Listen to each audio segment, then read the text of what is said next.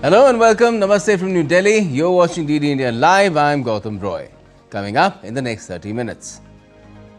Prime Minister Narendra Modi hails India Maritime Week 2025 as a global event. Says the year has been a landmark one for India's maritime capabilities. Announces investments worth $26 billion for shipbuilding. Putin defies Trump. Days after testing a nuclear-propelled intercontinental ballistic missile, the Russian president announces the successful test of nuclear-capable and propelled underwater drone Poseidon.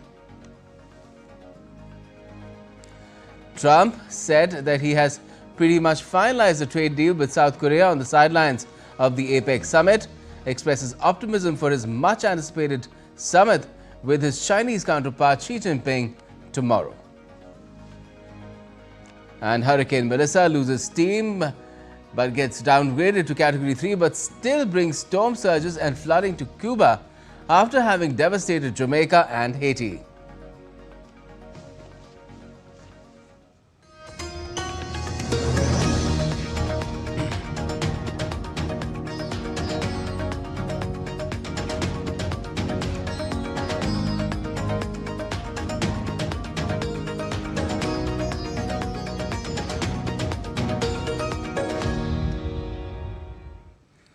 Prime Minister Narendra Modi attended the India Maritime Week 2025 in Mumbai earlier today. The PM launched key initiatives for the shipping and shipbuilding sector at the Maritime Leaders' Conclave, and over 600 MOUs worth 10 lakh crore Indian rupees were signed. That is a million crore rupees. Addressing the conclave, Prime Minister Modi hailed India Maritime Week 2025 as a global event and said the year has been landmark one for India's maritime capabilities. He has announced investments worth $26 billion for the shipbuilding sector.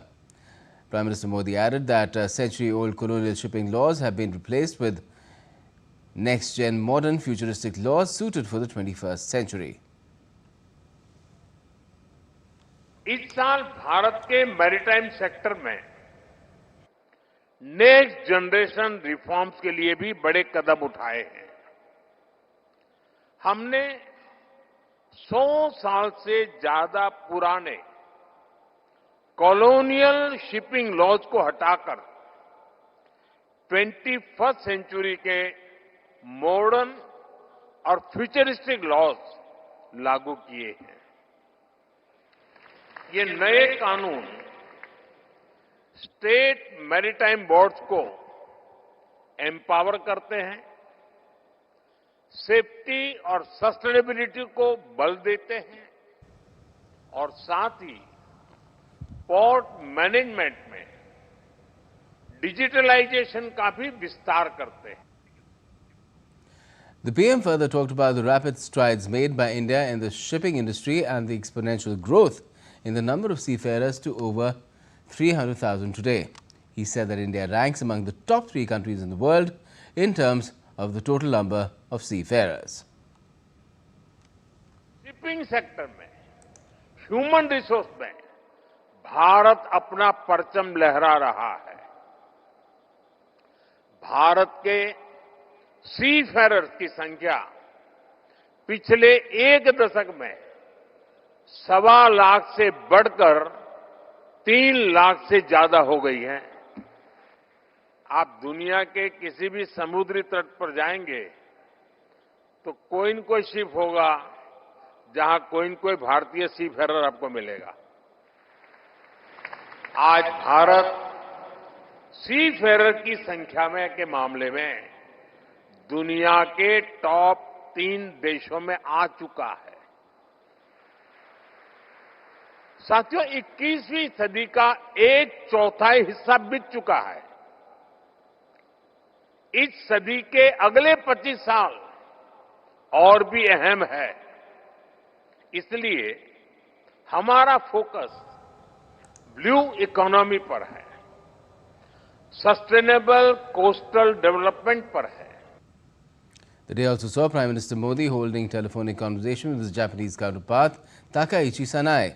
The Prime Minister said on X, and I quote, had a warm conversation with Takaichi Sanae, Prime Minister of Japan, congratulated her on assuming office and discussed our shared vision for advancing the India-Japan Special Strategic and Global Partnership with focus on economic security, defense cooperation and talent mobility. We agreed that stronger India-Japan ties are vital for global peace, stability and prosperity." Unquote. The 23rd round of India-China Corps Commander level meeting was held at Chushul-Moldo border meeting point on the 25th of October. This was the first meeting of the general level mechanism in the western sector since the 24th round of special representatives talks held on the 19th of August earlier this year. The talks were held in a friendly and cordial atmosphere. The two sides noted the progress since the 22nd round of Corps Commander level meeting held in October 2024. They shared the view that peace and tranquility have been maintained at the Indian-China border. Both sides agreed to continue to use existing mechanisms to resolve any ground issues along the border to maintain stability. Cyprus's Foreign Minister Konstantinos Kombos has arrived in New Delhi on his first official visit to India. His visit provides an opportunity to review progress in implementation of India-Cyprus Action Plan 2025 to 2029 and discuss the comprehensive partnership. The minister is scheduled to meet India's External Affairs Minister Dr. S. Jaishankar on Thursday. India's Commerce and Industry Minister Piyush Goyal has concluded his visit to Brussels, describing it as filled with intense but very productive engagements with EU Commissioner for Trade and Economic Security Maroš Šefčovič on advancing a comprehensive India-EU free trade agreement. Piyush Goyal said that the talks have significantly reduced outstanding issues and created a framework that can deliver a win-win outcome for both the economies. I believe the ongoing India-EU FTA negotiations has given us an opportunity to really create the framework which will help us in the long run bring our two economies closer together, integrate them into a relationship which will be a win-win for European Union and for India. The intense engagements that we've had have significantly reduced the outstanding issues between EU and India. Commending the negotiating teams for their efforts, the minister said that he looks forward to welcome Šefčovič and the EU team again soon to work towards concluding the dialogue. Minister Goyal's Brussels visit pushes India-EU FTA talks forward, narrowing gaps and advancing a balanced trade pact focused on market access, innovation, investment and shared economic growth. Law and Justice Minister Arjun Ram Meghwal on Wednesday called upon SCO member nations to jointly address the challenges of terrorism and economic offences. The minister was speaking at a virtual meeting of the Law and Justice Ministers of the Shanghai Cooperation Organization. The minister said that issues such as cybercrime and environmental degradation require synergy among nations in addition to their national solutions. Representatives of member countries including China, Pakistan and Russia were present at the meeting. The challenges of our times, whether cyber crimes, terrorism, economic offences or environmental degradations, demand not only national solutions but a shared commitment to legal harmony and respect for international law. The SCO platform offers us as a unique opportunity to deepen this cooperation.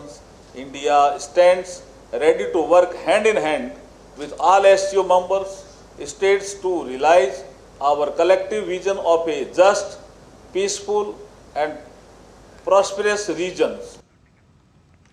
President Draupadi Murmu on Wednesday took a sortie in a Rafale fighter jet at the Indian Air Force Station in Ambala, Haryana. This was the first such sortie by an Indian president in a Rafale jet. It was President Murmu's second flight in a combat aircraft following her 2023 sortie in a Sukhoi 30 MKI at Tezpur Air Force Station in Ambala. In Assam, I beg your pardon.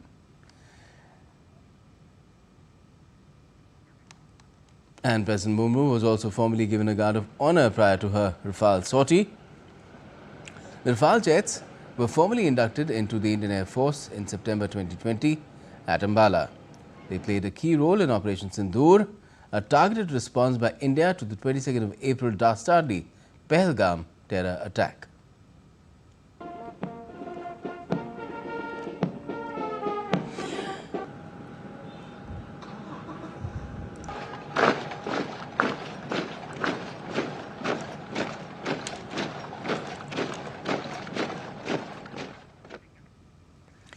Russian President Vladimir Putin has declared the successful testing of a nuclear-propelled underwater drone known as Poseidon.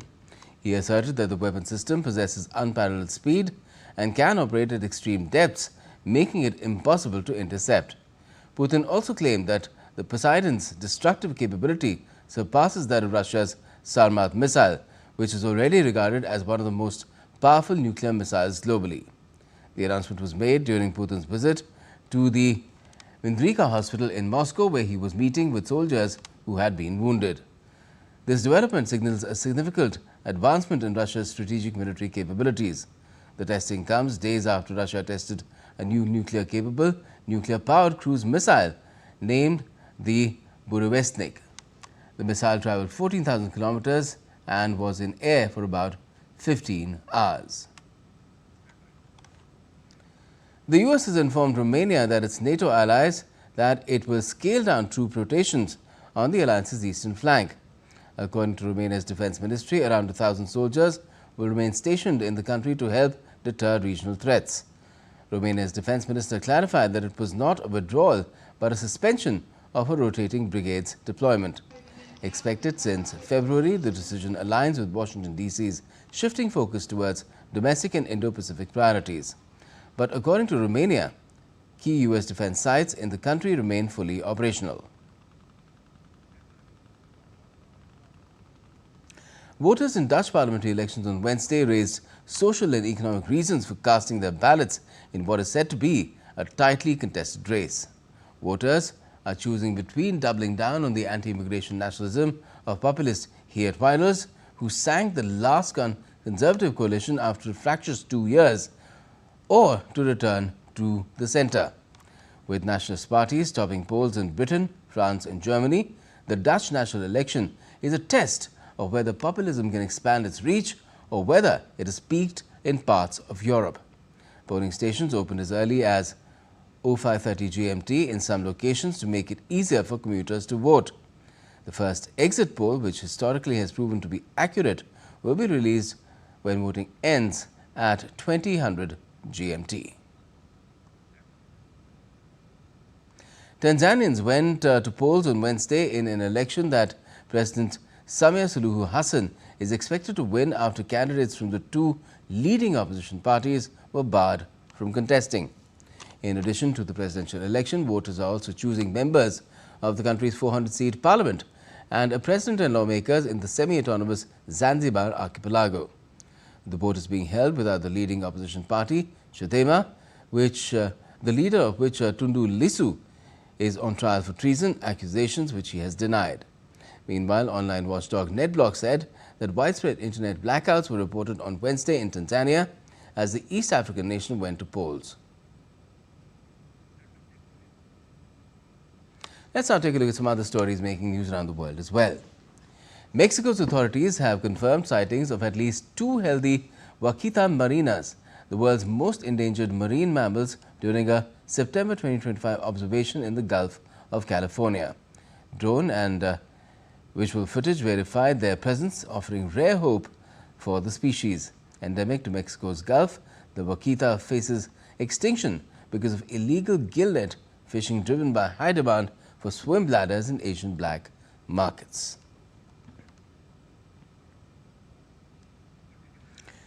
In Australia, traditional owners are leading a project in Perth to recreate Jukan Gorge rock shelter, which was destroyed by a mining company in 2020. The plan, a part of a remediation agreement, aims to restore the 47,000-year-old site's cultural heritage. Archaeologists and traditional owners are working together on excavations, while a delegation travels to France to learn from experts for guidance on how to rebuild these heritage pieces. Archaeologists in Spain have completed the excavation of a 4,500-year-old burial chamber at a site near Teba, considered to be the biggest and one of the best preserved on the Iberian Peninsula, uncovered successfully because it remained hidden in the landscape and spared from looting. And still to come in this edition of DD India Live. U.S. Space Agency NASA's experimental supersonic jet, which aims to break the sound barrier with a quiet thump instead of a boom, completes a historic first test flight.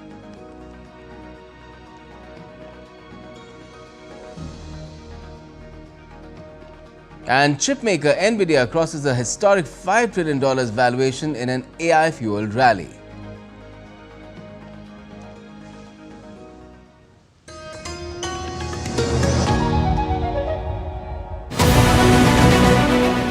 This week on Defense Dynamics, India's aerospace ambitions soar higher as we decode the HTT-40 trainer aircraft. A closer look at the military combat parachute system, India's breakthrough in airborne innovation. We analyze the armed UAV Archer NG, a major stride in indigenous drone warfare, plus a strategic perspective on the Pak-Afghan conflict and its regional fallout. Catch the sharpest analysis of power, posture and technology this Wednesday at 8 p.m. IST only on DD India.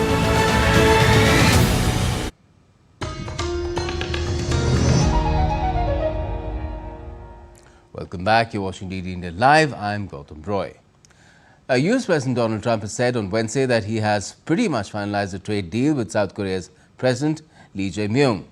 The allies unveiled a deal in late July under which Seoul would avoid the worst of U.S. tariffs on its imports by agreeing to pump in $315 billion of new investments into the United States in return for lower tariffs.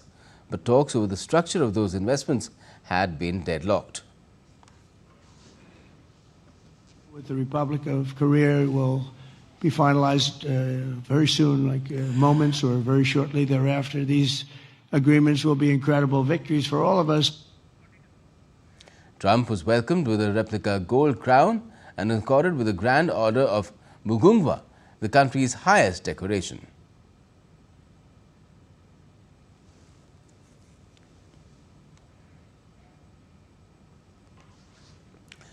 And the South Korean President Myung said on Wednesday that he hoped Donald Trump would allow Seoul to have fuel for its nuclear-propelled submarines.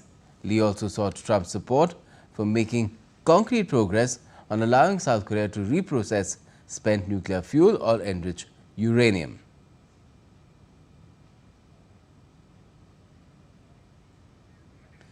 Meanwhile, anti-Trump protesters from the Korean Confederation of Trade Unions gathered to demonstrate on Wednesday to denounce the visit of the U.S. President.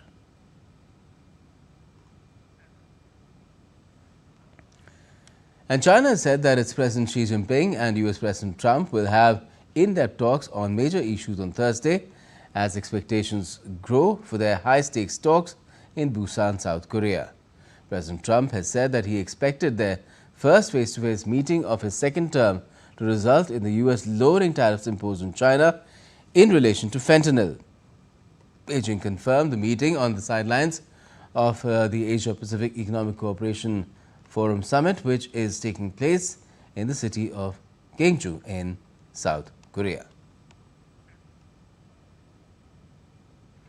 And North Korea test launched a sea-to-surface cruise missiles off its western coast before Donald Trump began his visit to South Korea.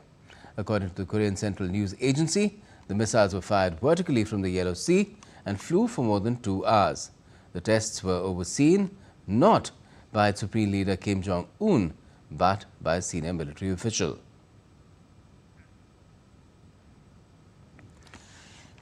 Hurricane Melissa slammed into Cuba early on Wednesday, hours after causing devastation in neighboring Jamaica, as the strongest ever storm on record to hit that Caribbean island nation. Melissa hit the southern coast of eastern Cuba with maximum sustained winds of 195 kilometers per hour. Over 700,000 people were evacuated from their homes in eastern Cuba as the storm approached. Melissa had weakened to a still dangerous Category 3 hurricane after roaring ashore near Jamaica's southwestern town of New Hope on Tuesday, packing sustained winds of up to 185 miles per hour, well above the 157 miles per hour threshold for Category 5, the highest level on the Saffir-Simpson hurricane scale. Relief and recovery efforts are now underway as authorities assess the full scale of damage across the region.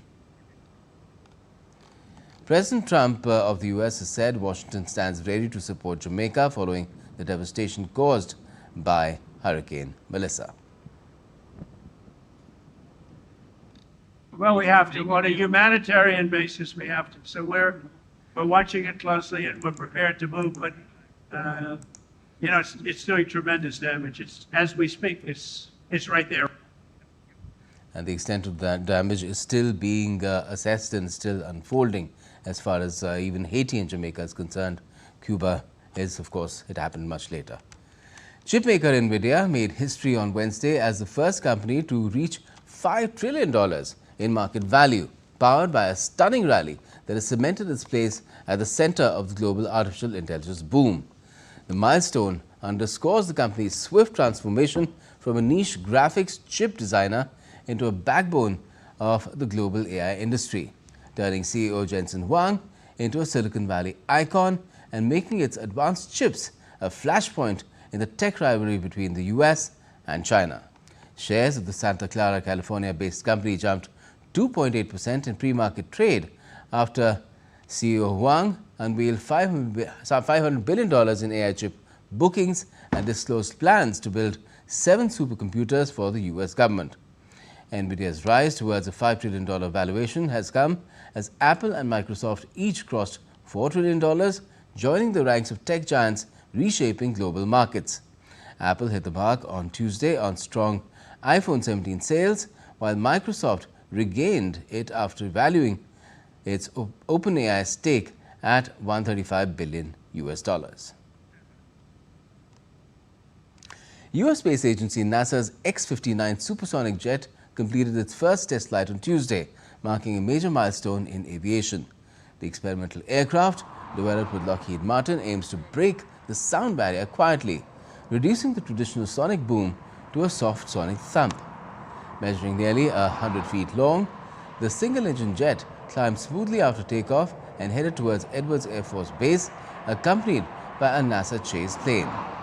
Built to reach Mach 1.4 at 55,000 feet, the X-59's design could pave the way for quiet, faster commercial flights over populated areas. NASA says that this initial flight tested basic systems and airworthiness, launching a new era of low-noise supersonic travel. And back home, the University of Jamia Millia Islamia is celebrating its 105th Foundation Day. Union Minister Kiren Rijiju attended the event as chief guest in New Delhi. He was accorded with a guard of honor.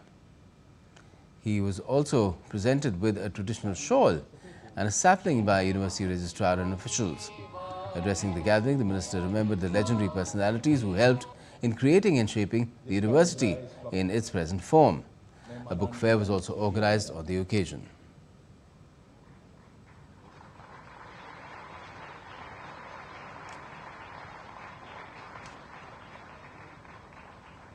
काफी लोग आ गए हैं जिनको भी आना है इस वाले दरवाजे से आ सकते। अभी काफी कुर्सियां मौजूद हैं। इसी तालीमी फलसफे को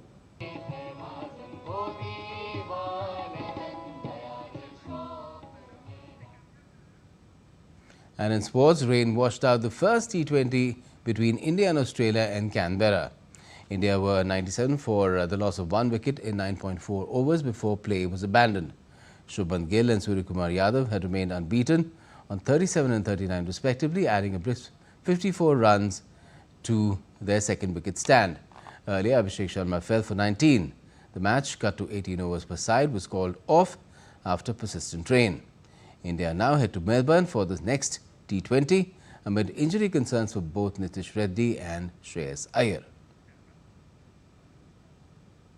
Diya Chitale and Manu Shah scripted history as they became the first Indian table tennis players to qualify for the prestigious World Table Tennis Finals. The Indian duo have earned their spot at the WTT finals scheduled in Hong Kong, China from the 10th to the 14th of December through their rankings. The finals mark the culmination of the global WTT series featuring only the top-ranked players from a year. Only 16 in men's and women's singles and 8 mixed doubles pairs make the cut for the high-stakes event. Their consistent performances through the year, including a historic silver medal at the WTT star contender Brazil, earned them the milestone achievement.